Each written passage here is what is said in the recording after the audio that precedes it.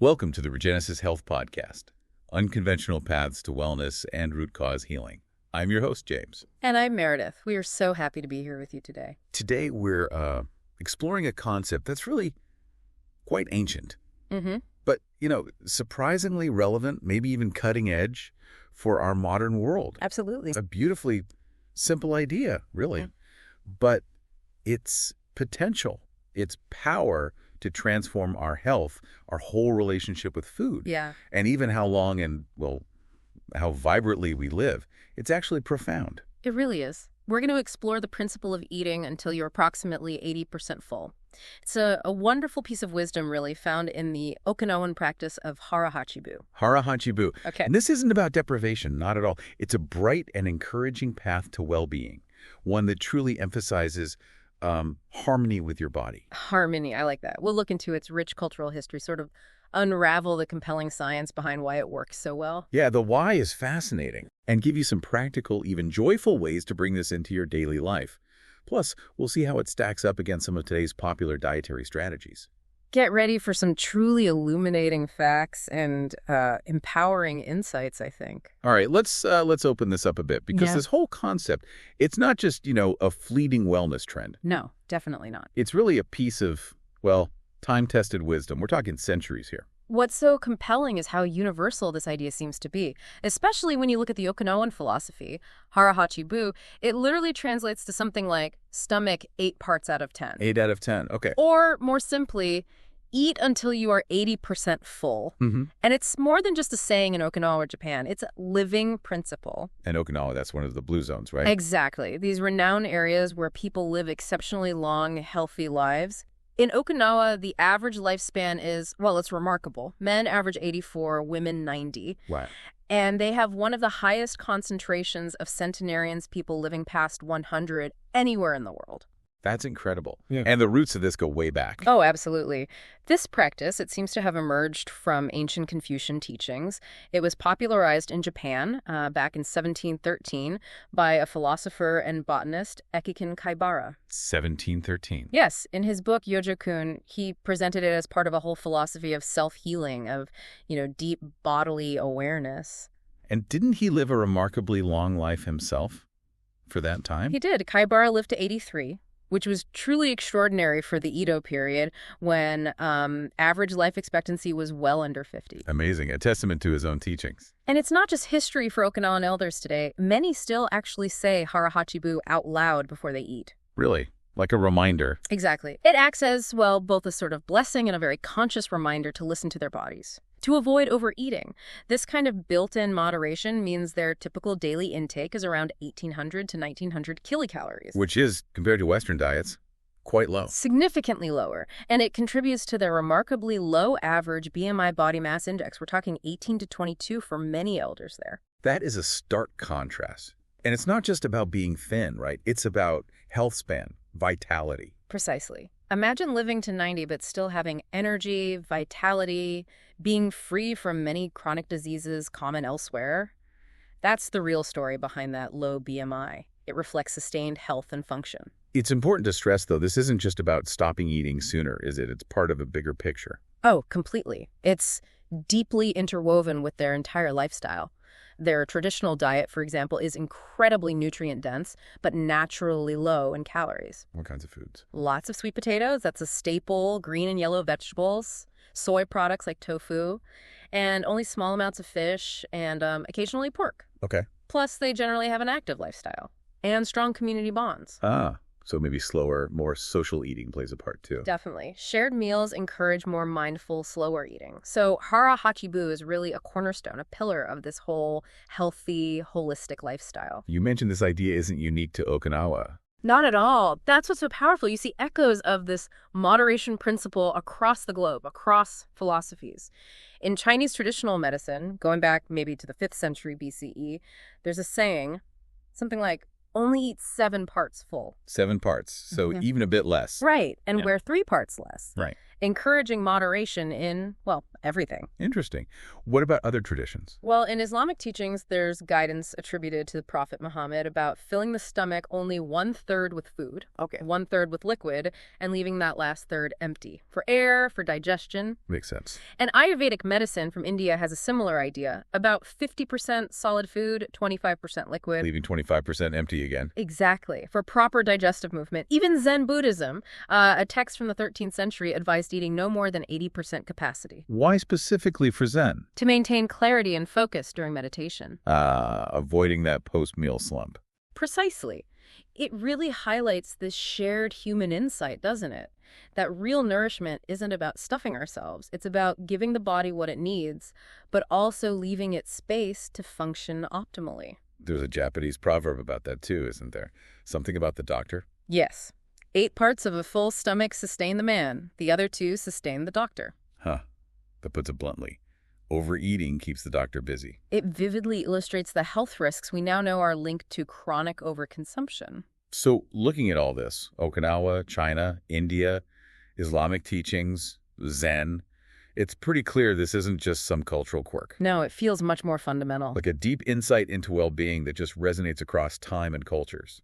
A kind of universal truth about how our bodies work best. And moving into the science, the mechanics of it all, that really sheds light on why this principle is so effective. It's all about optimizing our body's own intricate natural processes from the inside out. Okay, so where do we start? The stomach itself. Let's start there. Gastric mechanics. Your stomach is incredibly elastic. It can stretch from maybe the size of a small melon when empty to holding around 4 liters of food and liquid when really full. 4 liters? That's a lot. It is, and it takes time for food to leave the stomach, what we call gastric emptying.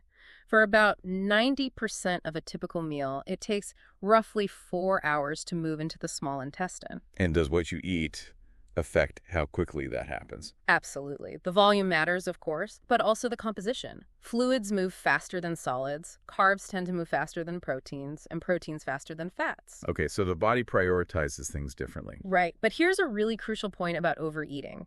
If you habitually eat until you're completely stuffed, you actually stretch the stomach wall over time. You mean physically stretch it out? Yes, and this chronic stretching can make the stomach's stretch receptors less sensitive. So you need more food to trigger that I'm getting full signal. Exactly. It means a larger volume of food is needed just to feel that initial sensation of fullness. And that can create a cycle, right? Overeating makes you need more food to feel full, which leads to more overeating and often weight gain. So the 80% principle kind of protects those receptors. Precisely. By consistently stopping before you reach maximum capacity, you prevent that chronic overstretching. You help maintain the sensitivity of your natural fullness cues. That makes a lot of sense. It's not just about the food volume itself, but how the body perceives it. Exactly. And digestion isn't just mechanical stretching, it's also chemistry, a fascinating internal chemistry lab. Right, acids and enzymes. Your stomach secretes a lot of gastric juice every day, maybe 1.5 to 4 liters. This juice contains hydrochloric acid, HCl, and key enzymes like pepsin, which starts breaking down proteins. And they work best in a very acidic environment. Okay. Now think about what happens when you overwhelm the system with too much food. We call it the dilution effect. Dilution. So the acid gets watered down. In a sense, yes. While more food might trigger more total acid secretion eventually, the ratio of digestive fluid to the sheer volume of food becomes less than ideal when you eat a huge meal. Okay, so the concentration isn't optimal. Right. And the consequence of that dilution is significant. What happens then? Well, the initial breakdown of proteins and fats in the stomach becomes less efficient. So the food isn't as well prepped for the next stage. Exactly. A larger, less processed food mass moves into the small intestine.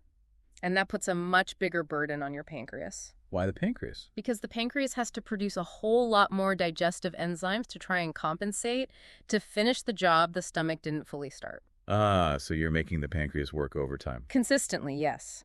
And this chronic strain can lead to digestive issues, bloating, gas, often from undigested food fermenting lower down. Right, that uncomfortable feeling.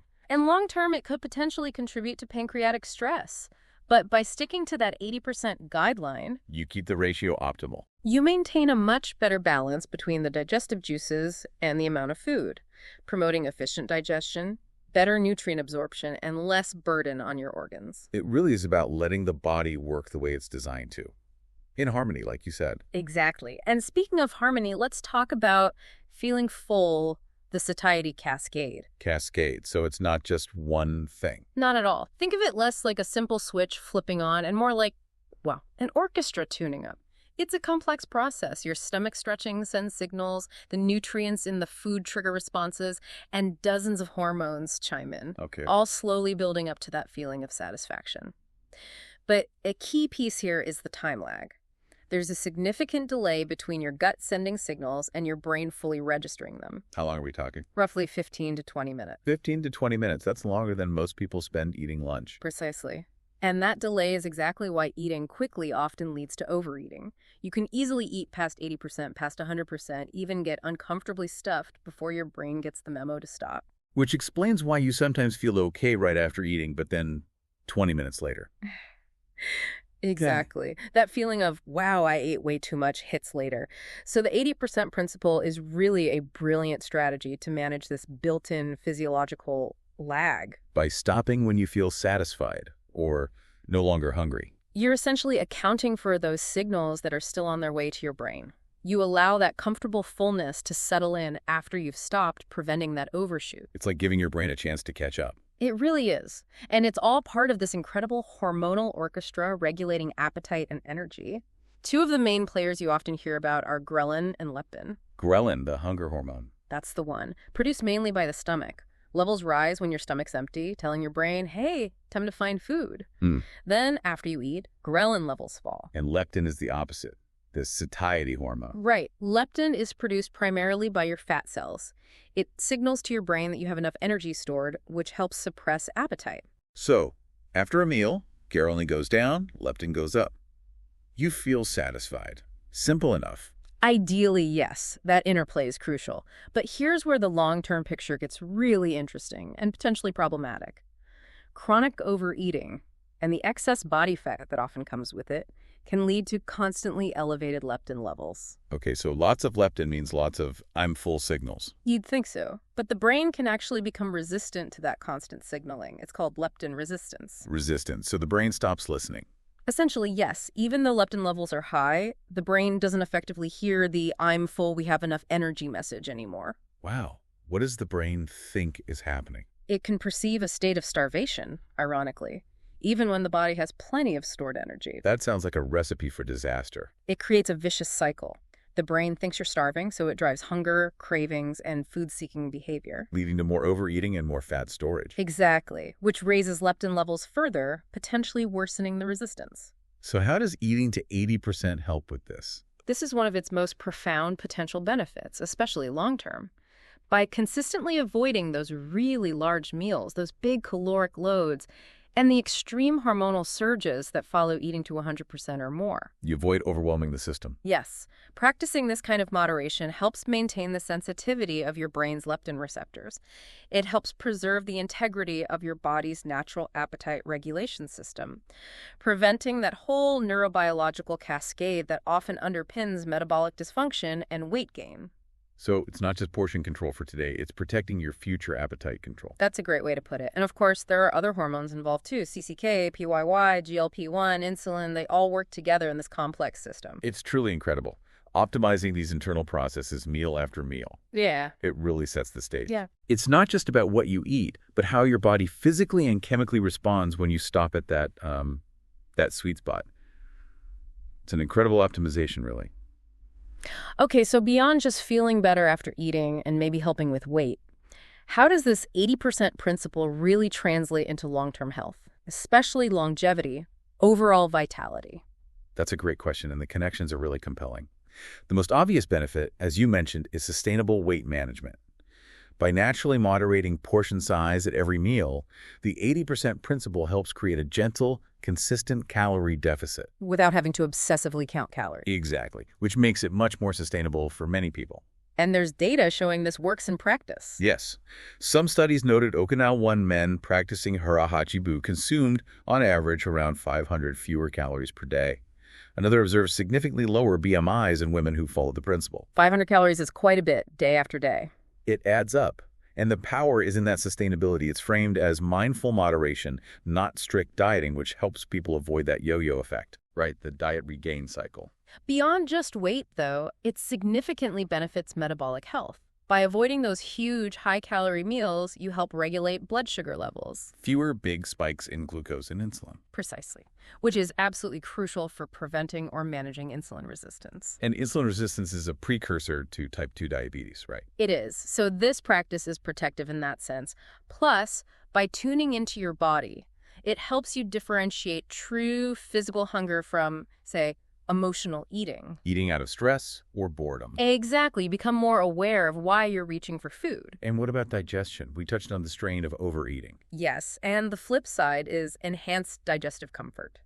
Consistently eating to 80% just alleviates so much burden on your digestive system. People often report less acid reflux, less bloating, less general indigestion. Makes sense. You're not asking your stomach and intestines to do the impossible. Right. When the system isn't overloaded, digestion, absorption, metabolism, it all just proceeds more efficiently.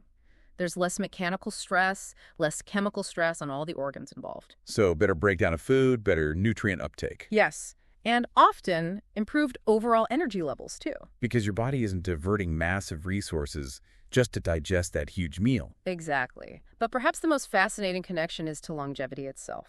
How so?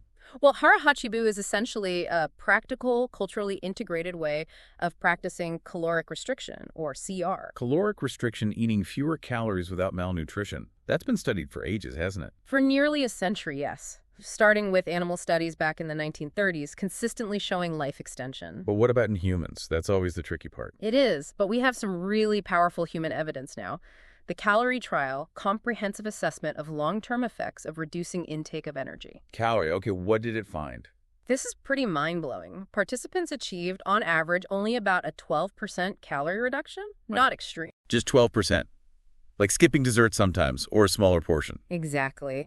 And even that modest reduction slowed the pace of biological aging by 2 to 3%. Slowed biological aging. How did they measure that? Using something called an epigenetic clock. It looks at changes in DNA methylation patterns. Think of them like molecular scars or wear and tear markers that accumulate on our DNA over time. So it's like reading the body's odometer at a molecular level. That's a great analogy. And slowing that clock by 2–3%, the researchers noted that reduction in mortality risk is comparable in magnitude to quitting smoking. Wow, that's huge, just from moderate calorie reduction. It's not just about weight. It's fundamentally affecting the aging process itself. What else did the calorie trial show? It showed reduced systemic inflammation, a key driver of many age-related diseases. Specifically, it lowered a pro-inflammatory protein called SPARC. SPARC. What does that do? Think of it as an inflammatory trigger linked to diseases of aging, like obesity and diabetes. Lowering it is a good thing. Plus, the CR group showed better metabolic health, lower blood pressure, lower cholesterol, better blood sugar control. And the Okinawans, practicing Hara Hachi Bu, they embody these benefits. They really seem to. Studies show they have very low levels of circulating free radicals, those damaging molecules, which translates to lower risks of heart disease, cancer, and other age-related illnesses. But didn't the calorie trial also find that sticking to even moderate CR was hard for people? Hunger was an issue. Yes, that's a critical point. Compliance, even with motivated participants, was challenging due to hunger. And this is where Hara Hachi Bu maybe has an edge. I think so, because the philosophy isn't framed as restriction, it's framed as satisfaction, as moderation. By focusing on internal cues feeling satisfied, not stuffed, rather than external calorie targets, it seems to lessen that psychological burden of deprivation. Making it more sustainable long-term. Exactly. It achieves the same physiological goal, fewer calories, but in a way that feels less like a chore and more like a mindful practice. What about muscle mass? Sometimes calorie cutting leads to muscle loss. Another great point. There's a concern about sarcopenic obesity losing muscle while gaining fat as we age. Interestingly, the calorie participants largely maintain muscle strength, and the Okinawan model shows the full picture. The Hara Hachi Bu controls the fat mass, while their active lifestyle and nutrient-dense diet help preserve muscle. So it's the whole package. It's an integrated approach. Moderate intake, nutrient quality, and activity, a powerful combo for maintaining function as we age. So looking at all this, weight, metabolism, digestion, even the aging process itself. Yeah. It's clear this practice, this joyful approach, it's not just about feeling good after this one meal. It really is about a whole lifestyle shift for long-term health and vitality. Okay, that's all incredibly compelling. But, the big question for most of us listening is probably, how do we actually do this in our busy modern lives? Right. It sounds simple maybe, but building new habits, well, it can be an adventure. That's the practical heart of it, isn't it? How can you, listening right now, cultivate this awareness, make it a positive part of your day? The foundation really is building mindfulness and interoception. Interoception, what's that exactly? It's your ability to sense and interpret your internal body signals. Things like hunger, fullness, thirst, even your heartbeat. So tuning inwards. Exactly. And mindful eating is about paying full attention, without judgment, to the experience of eating, the flavors, the smells, the textures. Okay. When you combine those mindfulness and interoception, you get much better at knowing if you're eating because you're truly physically hungry or if it's, stress, boredom, habit. Those emotional triggers. Precisely. So how do we start building that skill? Is there a tool? A really practical tool is using a subjective hunger and fullness scale, often rated, say, 1 to 10. 1 is starving, 10 is Thanksgiving dinner stuffed. Pretty much. So the idea is to aim to start eating when your hunger is maybe a 3 or 4. Physically hungry, but not absolutely ravenous. Right. And then, crucially, aim to stop eating when your fullness hits around a 7 or 8. 7 or 8. So satisfied. Yeah. No longer hungry, but definitely not full to the brim. Exactly. You feel satisfied, the hunger is gone, but there's still a comfortable amount of room left. It really shifts your mental target from eating until I'm full to eating until I'm no longer hungry. It's a subtle but powerful shift. Okay, that scale makes it more concrete. What about strategies for, daily life, making it easier? Yeah, we can use some smart strategies. Experts talk about choice architecture, basically, setting up your environment to support the goal. Okay, like what? Well, first, eat slowly. This is maybe the biggest one. Many of us rush through meals. Try to consciously chew each bite more thoroughly, maybe 15 times or more. 15. Okay, that takes intention. It does. Put your fork or spoon down between bites, sip some water. Really aim to stretch your meal out to at least 20 minutes. To give that brain-gut connection time to catch up. Exactly. To allow those satiety signals to actually arrive before you've gone way past 80%. That's challenging, I admit. Yeah. Especially at lunchtime. What else? Use smaller dishes. This is surprisingly effective. Serve your meals on smaller dinner plates. Use smaller bowls for cereal or soup. Really? Does that trick the eye? It does. It leverages a visual illusion. The same amount of food looks like more on a smaller plate, so your brain perceives the portion as more substantial, more satisfying. You might eat less without feeling deprived at all. Clever. Like using tall, skinny glasses instead of short, wide ones for drinks, too. Same principle, exactly. Another big one. Eliminate distractions. The phone at the table, the TV. Turn them off. Put them away during meals. Focus just on eating. Mindless eating when your attention is elsewhere is a huge driver of overconsumption. You just don't register the fullness signals. Plus, you probably enjoy the food more when you focus on it. Absolutely. Enhances the sensory satisfaction, which contributes to feeling content sooner. Okay, slow down, smaller plates, no distractions. What else? Try this. Pause and assess. About halfway through your meal, just intentionally stop eating for a minute. Yeah. Put your utensils down, take a breath, and check in with your body. How full am I right now? Like a mindful moment mid-meal. Exactly. And if you're unsure if you've hit that 7 or 8 on the fullness scale, just wait. Wait 15 or 20 minutes before deciding if you really need more. Give those lagging signals time to arrive. Right. It breaks that automatic shoveling pattern and forces a conscious check-in. I like that. What about serving food? Family style can be tricky. It can. So try portioning meals out in the kitchen onto individual plates rather than putting big serving dishes on the table. Removes the temptation for seconds right there. And another simple trick. Put the leftovers away before you sit down to eat. Out of sight, out of mind. Pretty much. It creates a small physical barrier. You have to make a conscious decision to get up and get more, rather than just automatically reaching across the table. Okay, these are great practical tips. What about people like me who were raised to clean their plate? That habit is strong. It is. So for that, try starting small. Instead of aiming for 80% right away, just consciously leave one bite of food behind on your plate. Just one bite. Just one. Get comfortable with that feeling of intentionally stopping before it's all gone. Once that feels normal, maybe leave 2 bites, then a little more. So it's gradual, less intimidating. Exactly. It's about incrementally building that skill of conscious portion control, breaking the ingrained habit gently. And finally, what about those emotional triggers we mentioned? Stress eating, boredom eating. That requires awareness, too. Try to identify the situations or feelings that make you want to eat when you're not truly hungry, and then, crucially, develop some non-food coping strategies. Like going for a walk instead, or meditation. Or calling a friend, listening to music, engaging in a hobby. Anything that helps you manage the emotion without automatically turning to food for comfort. Building a different toolkit. Precisely. Reducing that reliance on food helps you hear your true physical hunger signals more clearly. These are really helpful, actionable steps. But it sounds like it takes practice, patience. Absolutely. That 80% full feeling is subjective. It takes time to learn what that feels like for your body. And yes, it might feel a bit unsatisfying at first if you're used to feeling completely full or even stuffed, but your body really does adjust. What about social situations? Big restaurant portions, parties. Those are definitely challenges. Planning ahead can help. Maybe decide beforehand you'll share an entree, or immediately box up half to take home. Or just practice focusing on the conversation and enjoying the company more than the quantity of food. Right. Now, it feels important to add a caution here. Is this approach suitable for absolutely everyone? That's a crucial point. Thank you for raising it. No, it is not suitable or potentially safe for everyone. Specifically, individuals with a history of eating disorders like anorexia or bulimia. Focusing on restriction can be harmful. It could absolutely trigger or worsen restrictive behavior, so definitely not advised there.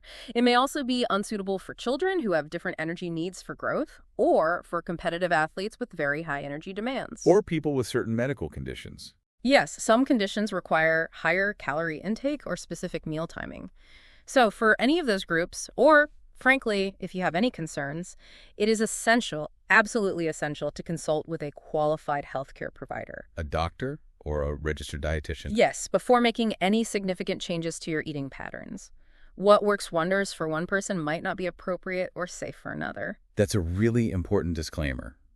So assuming it is appropriate for someone, it sounds like it's really about tuning back into your body's own amazing wisdom. Yeah. And that wisdom, that ability to listen, it's like a muscle you can train and strengthen. With joy, hopefully. Shifting gears a bit, what's really insightful, I think, is how Hara Hachi Bu fits into the landscape of modern diets.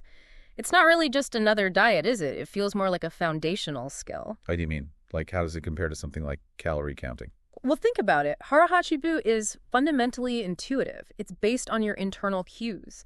The whole point is to strengthen that mind-body connection, to learn to recognize and honor your own signals of satisfaction. It's qualitative, about the feeling. Exactly. And yes, it usually results in a natural calorie deficit, but that's a byproduct, not the primary focus. Whereas calorie counting is, well, all about the numbers. Right. It's quantitative. External data, food labels, apps, measuring cups. It's direct, and it can be effective for creating that deficit, no doubt. But it can also be tedious, maybe disconnected. It can be for some people, yes. All that meticulous tracking can sometimes foster a relationship with food that's more about numbers than about nourishment or pleasure. Reducing a meal to its calorie count. Whereas Hara Hachi Bu aims for the opposite, making eating richer, more satisfying by focusing on the experience. Okay, what about comparing it to intermittent fasting, or IF? That's really popular too. Another great comparison. Both Hara Hachi Bu and IF can be effective ways to manage overall calorie intake. And they might even trigger some similar beneficial cellular pathways related to, say, repair and cleanup. But they work differently, right? Fundamentally differently, yes. Hara Hachi Bu is about how much you eat at any given meal. Quantity. Moderation. Every time you eat. Okay. Intermittent fasting is about when you eat. Timing. Creating specific eating windows and fasting periods. So one is about volume per meal, the other is about timing of meals. Exactly. And they're not mutually exclusive. Ah, so you could do both. Absolutely. Someone could practice intermittent fasting, deciding when they eat, and then during their eating window, they could apply Hara Hachi Bu to manage how much they eat to avoid overcompensating or feeling uncomfortable. That makes sense. So the choice might come down to lifestyle. Often, yes, and personal preference. AEF might mean bigger adjustments to social schedules, maybe. But some find the simplicity of just not eating for periods helpful. Hara Hachi Bu is arguably less disruptive to a typical daily schedule, and it really emphasizes building those mindful eating habits consistently. So maybe Hara Hachi Bu isn't just an alternative, but something more foundational. That's how I see it. I think of it as a meta skill for dietary management. A meta skill, meaning? Meaning it's a higher level skill that makes other approaches work better. Think about it. If you've mastered Hara Hachi Bu, if you're truly good at sensing your own satiety, That interoceptive awareness. yes, then you'll naturally be better at managing portions within a calorie budget, right? Yeah. You won't feel the need to push it. Okay, yeah. And you'll likely be less prone to overeating during an IF eating window, even if you're quite hungry initially, because you can recognize true satisfaction when it arrives. Oh, it helps regulate the appetite signals themselves. Exactly. It helps reestablish a healthy, functional relationship with your body's own signals, which arguably improves the success rate and sustainability of almost any dietary approach you might layer on top. So for someone listening, trying to figure out their path to wellness, it's maybe less about should I do Hara Hachi Bu or our calorie counting or IF, and more about how can learning Hara Hachi Bu, this ancient wisdom, make whatever path I choose more effective. Precisely. More joyful, maybe, and definitely more aligned with what your body's actually telling you it needs. Beautifully put. Before we go, we have an important message. This podcast is not affiliated with the authors of the books, sources, or the concepts mentioned. We do not endorse claims within these books or sources. We are legally required to advise listeners to consult their doctors or a qualified healthcare professional before attempting any cleanse or making significant changes to their health regimen. What may work for one person may not be suitable or safe for another. This has been such a truly positive and encouraging discussion, really, filled with so many bright insights into a joyful path to wellness. Absolutely. It's a great reminder, isn't it, that sometimes the simplest wisdom, the most ancient practices, hold the most profound power for our well-being, for a happy, healthy life. Yeah. We really hope you listening feel empowered, feel positive about exploring how this age-old wisdom might bring some new vitality, a new sense of balance into your own life. Thank you to all the listeners for being here today, and we look forward to sharing this time with you again soon. And as you go about your day today, maybe just consider how embracing a little bit more moderation, maybe not just with food, but in other areas too, information, commitments, how that might open up space for more creativity, more energy, and definitely more joy.